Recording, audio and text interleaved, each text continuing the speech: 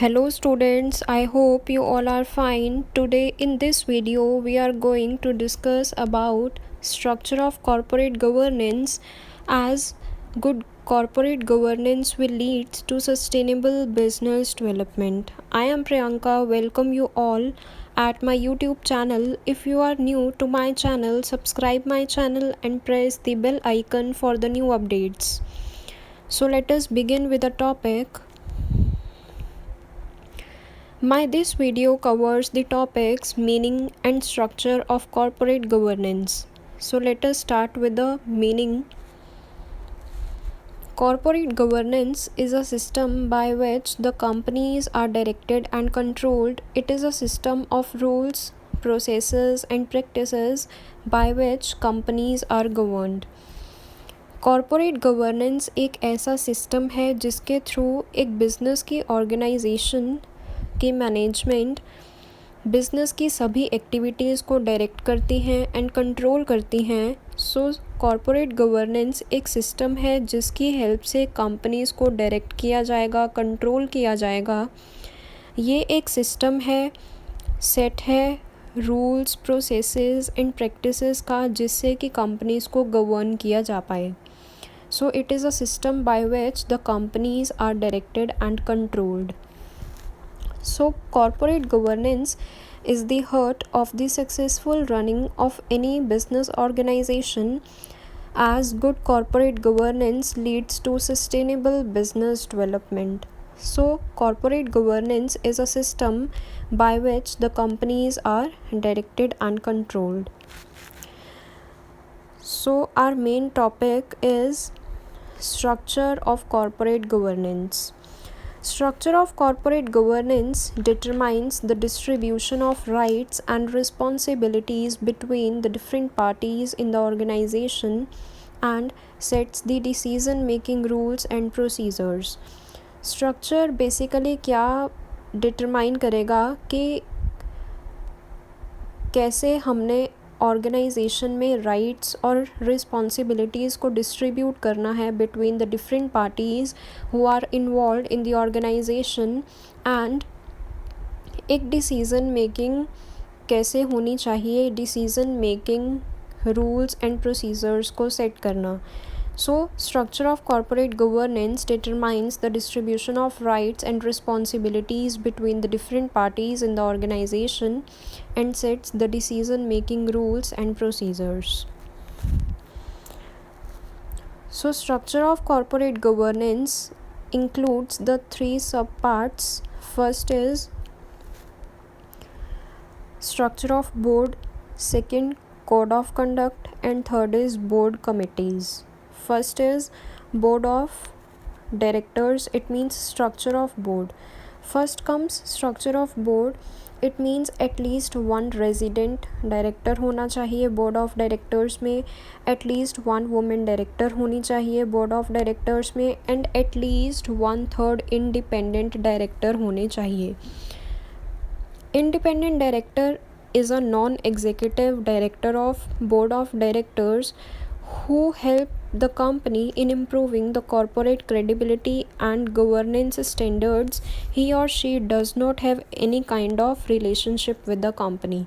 Independent director कौन होगा? Non executive director होगा ये बोर्ड ऑफ डायरेक्टर्स में, जिसका कोई भी रिलेशन नहीं होगा कंपनी के साथ, but still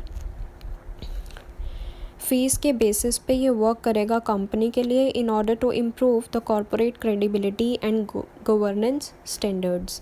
so at least 1/3 independent directors होने चाहिए बोर्ड ऑफ डायरेक्टर्स में, and maximum number of directors कितने होंगे एक कंपनी में? 15. So it is a structure of board. At least 1 resident director हो, एटलीस्ट 1 वुमेन डायरेक्टर हो, एटलीस्ट 1/3 इंडिपेंडेंट डायरेक्टर्स हो, and maximum number of 15 directors हो सकते हैं एक बोर्ड ऑफ डायरेक्टर में.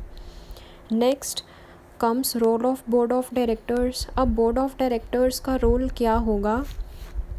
First, to act in the interest of both public as well as its shareholders. जो board of directors हैं उन्हें एक्ट करना है in the best interest of the public as well as its shareholders. Next, to act as per the norms के accordingly act करना है. Next, overseeing the strategic development and planning. It means strategies को plan करना है, strategies को formulate करना है, उनका डेवलपमेंट करना है time to time. Next, good member relations maintain करने हैं. Next, protecting and optimising the organisation's assets. Organisation के एसेट्स को प्रोटेक्ट करना है, ऑप्टिमाइज़ करना है. Next, fulfilling the legal requirements. सभी लीगल रिक्वायरमेंट्स को फुलफ़िल करना है, सभी लॉज को, रूल्स रेगुलेशंस को फॉलो करना है टाइम टू टाइम.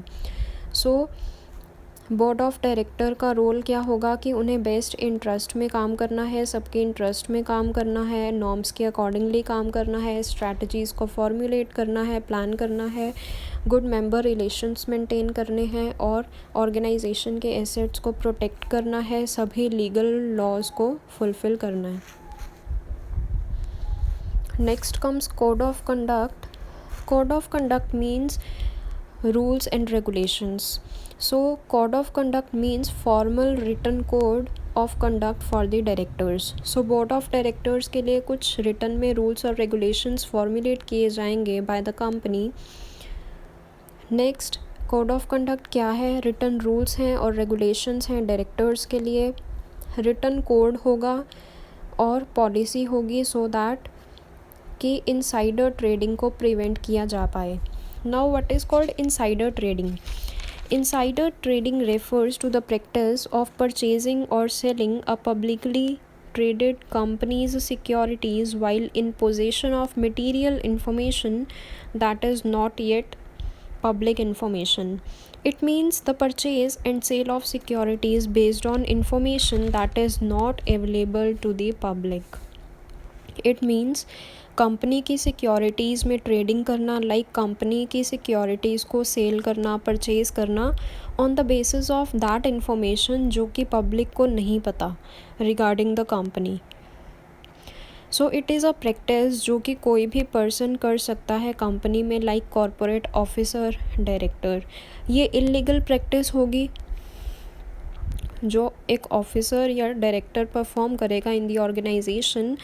अगर कोई भी पर्सन ऐसा है कंपनी में जो कि सिक्योरिटीज़ में डीलिंग करेगा, ट्रेडिंग करेगा, परचेज़ और सेल करेगा सिक्योरिटीज़ को, बट उस इंफॉर्मेशन पे जो कि पब्लिक को अवेलेबल नहीं है, तो that is called insider trading. तो कोड ऑफ कंडक्ट में कुछ स्पेशल नॉर्म्स होंगे, रूल्स रेगुलेशंस होंगे जो कि डायरेक्टर्स को फॉलो करने हैं in order to prevent insider trading. Next comes board committees.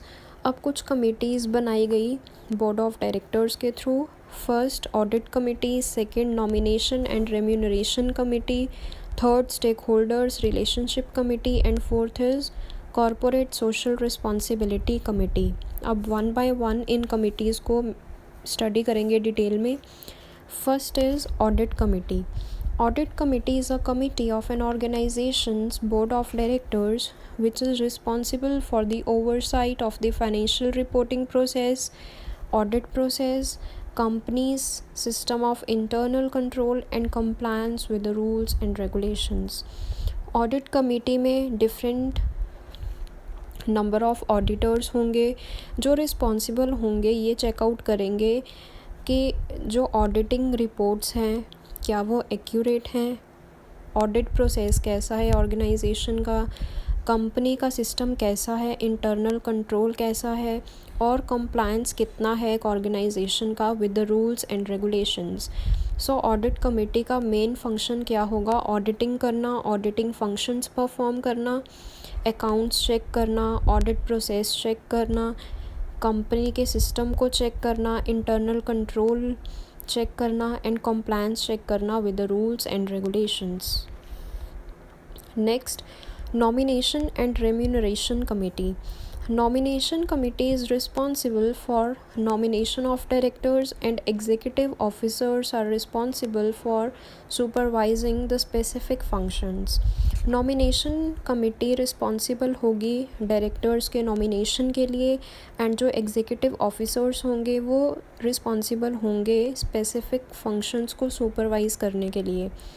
Likewise जो रेम्यूनरेशन कमेटी होगी वो रिस्पॉन्सिबल होगी डायरेक्टर्स की परफॉर्मेंस को सुपरवाइज़ करने के लिए, एंड जो एग्जीक्यूटिव ऑफिसर्स होंगे वो रिस्पॉन्सिबल होंगे फॉर स्पेसिफिक फंक्शंस और उनकी रेम्यूनरेशन को सेट करने के लिए।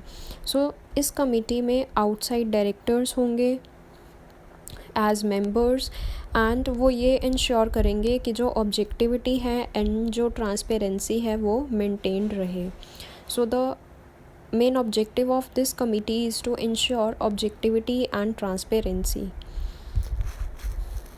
Next, stakeholders relationship committee. Stakeholders relationship committee is committee of board of directors. The main objective of this committee is to resolve the grievances of security holders of the company.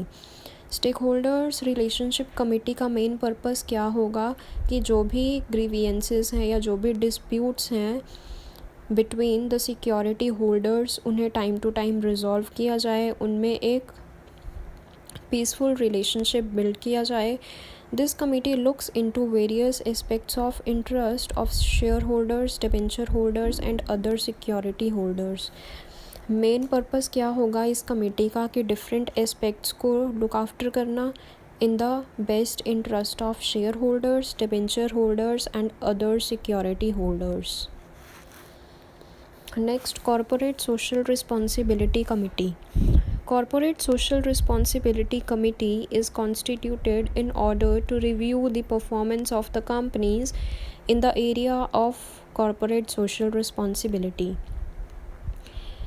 CSR committee constitute की गई so that कि वो companies की performance को review कर सके in the area of corporate social responsibilities कि companies किस फेवर में सोसाइटी के लिए अपनी रिस्पॉन्सिबिलिटीज़ को पूरा कर रहे हैं या नहीं. सबमिट करना रिपोर्ट्स को, CSR projects and CSR activities से रिलेटेड जितने भी रिपोर्ट्स हैं बोर्ड को सबमिट करना, एंड मॉनिटर करना CSR पॉलिसी को ऑर्गेनाइजेशन की फ्रॉम टाइम टू टाइम. सो सभी बिजनेसमैन के लिए कंपल्सरी होगा अपनी कॉर्पोरेट सोशल रिस्पॉन्सिबिलिटी को फुलफ़िल करना. एंड मेन वर्क क्या होगा इस कमेटी का, परफॉर्मेंस चेकआउट करना, परफॉर्मेंस रिव्यू करना कंपनीज़ की in the area of CSR, and CSR projects और एक्टिविटीज़ की रिपोर्ट्स को सबमिट करना बोर्ड को, एंड CSR पॉलिसी को मॉनिटर करना फ्रॉम टाइम टू टाइम. सो हमने इस वीडियो में आज स्टडी किया meaning of corporate governance and structure of corporate governance. I hope you like my video. Thank you so much for your attention. Thank you.